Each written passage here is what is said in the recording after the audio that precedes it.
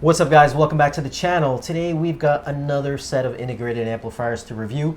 We've got the Nad M33 and the Denon A110.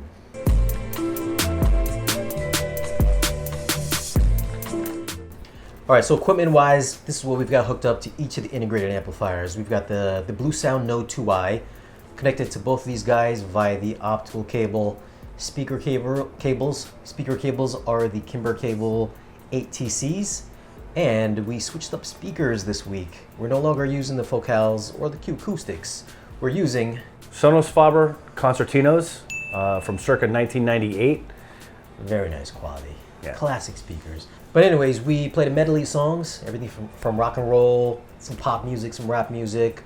First song that we kicked it off with was Ryan Adams' Wonderwall, the remake of the Oasis song. Okay, so for the NAD M33, I thought it was really well balanced, both from a high frequency and low frequency perspective. Very transparent, nice separation, very great detail, just a really nice reproduction. Yeah, I thought the same things. I actually thought this particular song was a little difficult to tell the difference between the two.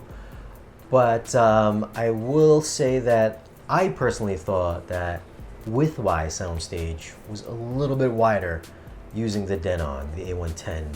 I thought maybe the NAD was a little bit more forward sounding in this particular song.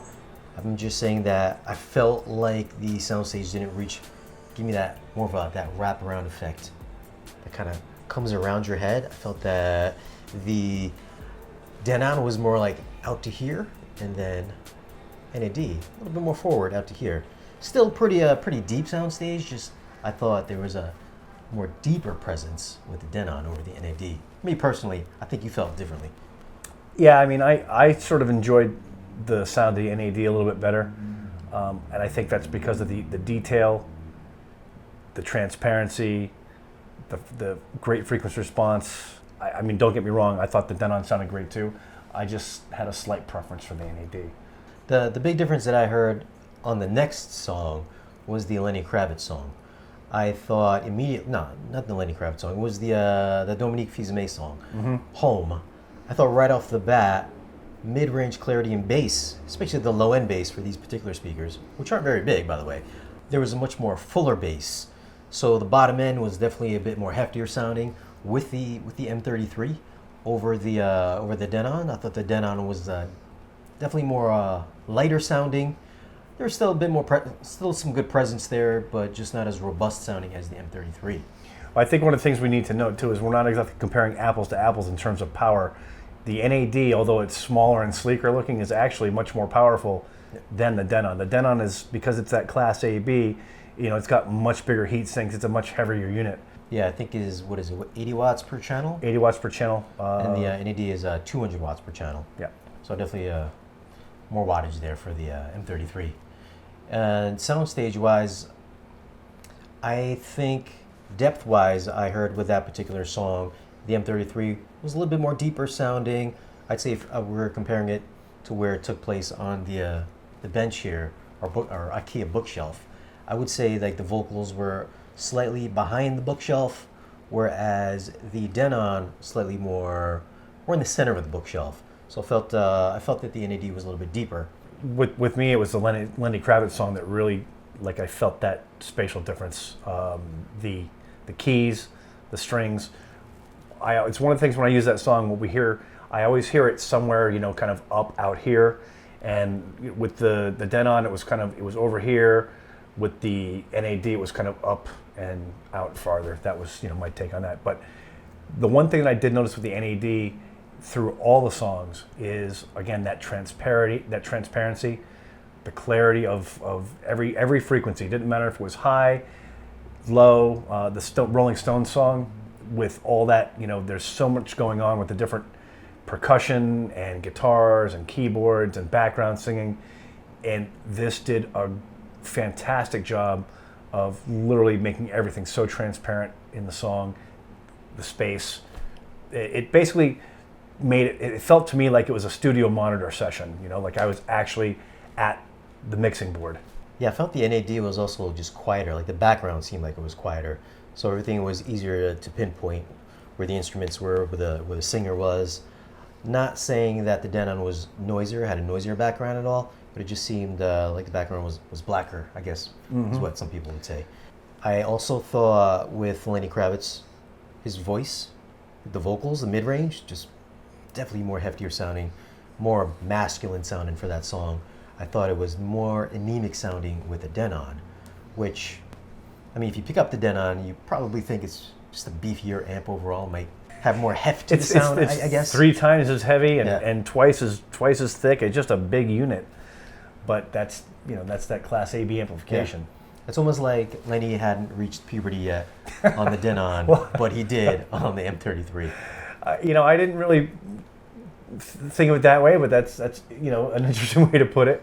I definitely noticed that I pointed out to Shane that it got a lot fuller sounding with the NAD. The one thing that we always talk about with the Lenny Kravitz song is, and especially it's more so when we're talking about speaker comparisons, but the sibilance of his voice and the cymbals that he has he rolls his S's kind of, and it's with the NAD, it really stood out. It sounded like Lenny versus the Denon. It felt like it almost clipped it, or you didn't really hear it as clearly. Yeah, definitely a bit of more higher end detail, transparency, as Bill was talking about earlier. It's almost like the speakers more disappeared almost with the NAD, and there was a little bit more flavor, I guess, with the Denon, where you could really, like, the Denon has a little bit more character to it, I would say, whereas the NAD kind of just disappeared more. Yeah, definitely. Yeah. But as far as I remember you said that the keys were a little bit higher sounding, which I thought too. It almost sounded like the keyboards at the beginning, where it's keyboards, right? Yeah. They were kind of twinkling up top here, whereas on the Denon, a little bit lower. Both of them still pretty spacious soundstage. I mean, I still thought that the Denon was a little bit more wider, maybe further back behind my head, where the NAD was a little bit more forward. And then vocals, I thought again maybe slightly behind the bookshelf that the both amps are sitting on, and I thought the Denon, Lenny was sitting more maybe in the center of the bookshelf. One thing I noticed on the NAD that I don't think I've actually noticed, we've done the techniques review, we've done several different amps. With that NAD, I noticed the background vocals for the sort of outro on the song. They really stood out in this particular listening session. And I don't know why I've never heard them before. I don't know if just the NAD really brought them out because of that, like you said, that background transparency, everything's nice, it's blacked out, so you're just more able to focus on the what you're supposed to be hearing. I think it kind of sounds like maybe we're kind of taking a dump on the Denon. I'm kind of want to say something about that. We're totally not taking a dump on the Denon at all. Like I said, you're not comparing the same thing. The Denon's 80 watts, and I will say this, 80 watts per channel. When you touch that Denon's volume dial, that thing is so sensitive. It's really like it's crazy. You touch a little bit and it goes way up. The NAD, I mean, you got to kind of more standard. You got to crank it up to really get some power out of it. It's almost like we had it up to like 90 at one point, whereas the Denon was like maybe a quarter of the way. Yeah, the Denon definitely much more sensitive. Feature-wise, come on, the NAD beats it feature-wise. I mean, it's a streamer. It's room ready. It's got Qobuz title. You can stream all that straight to it. You don't need a secondary device like the Blue Sound Node. We only use the Node because the Denon doesn't have streaming built into it. So to be fair, we had to swap the Node between each one of them. The NAD is also expandable too. So it has an actual expandable card slot where you can swap things out. The one thing that the Denon has that the NAD doesn't have is a USB input. So if you wanted to go from like a PC or something straight into the Denon, you could do that. Whereas you would have to upgrade the NAD M33 with the USB card, which I think is something like $700. I think the previous model, the M32, had the USB. So I don't know why they took it out, but that's one thing I like to do. I like to use Roon with my PC straight into the USB, which I can do with the Denon, but I couldn't do it with the NAD. So that kind of sucks. Something else that's really cool about the Denon is, if you're an old school, like you're getting back into vinyl or you've got a big vinyl collection, the Denon has a really nice phono preamp setup, but it also has that allows you to go to pure analog, meaning it has two separate power systems, one with a digital, one for the analog, and you can literally turn off all the analog circuit, all the digital circuitry in that unit. Yeah, it's pure analog mode, I think it's called, right? Yeah. Build quality on both, though. I mean, you get a cool touch screen on the M33. I love that M33. That thing is awesome. It's got the digital meters if you're into that. High resolution. The M10 had a nice touchscreen as well, the little baby version of that.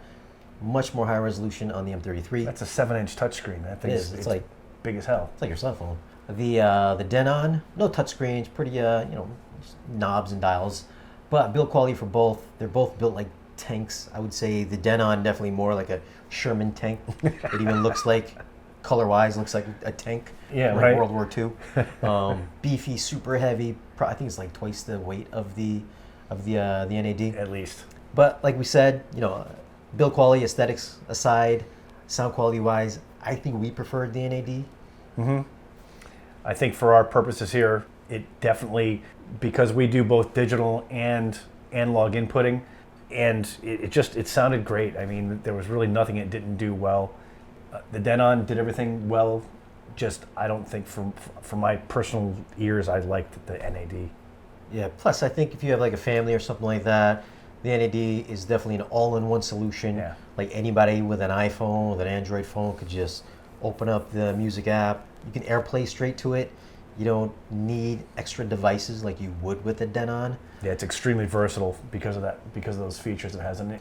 Keep in mind that the NAD also has room correction on board. So if you want to hook up, you can hook up 2 subwoofers to it. You can have Dirac Live automatically calibrate each sub. So if you don't like the way your speakers sound or what your room is doing to the speakers, you can tailor your own curve to that as well. The Denon does not have room correction on board. So the NAD is much more versatile because you do get room correction, which is definitely going to help out with less than ideal speaker placements and room acoustics.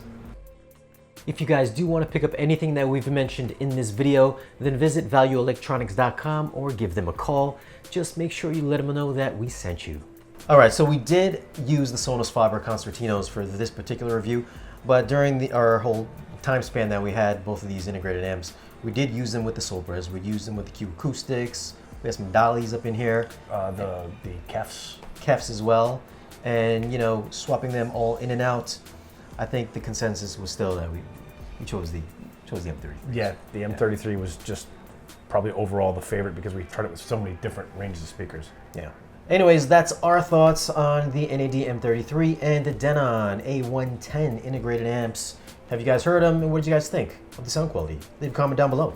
If you've got $5,000 to spend, the NAD is a great unit, and if you don't want to spend that much and you don't really need it for the same kind of applications, the Denon is a great unit as well, so you can't go wrong with either one. Anyways, thanks for watching, guys. Be sure to like, share, and subscribe. We'll see you guys again in the next video. Peace.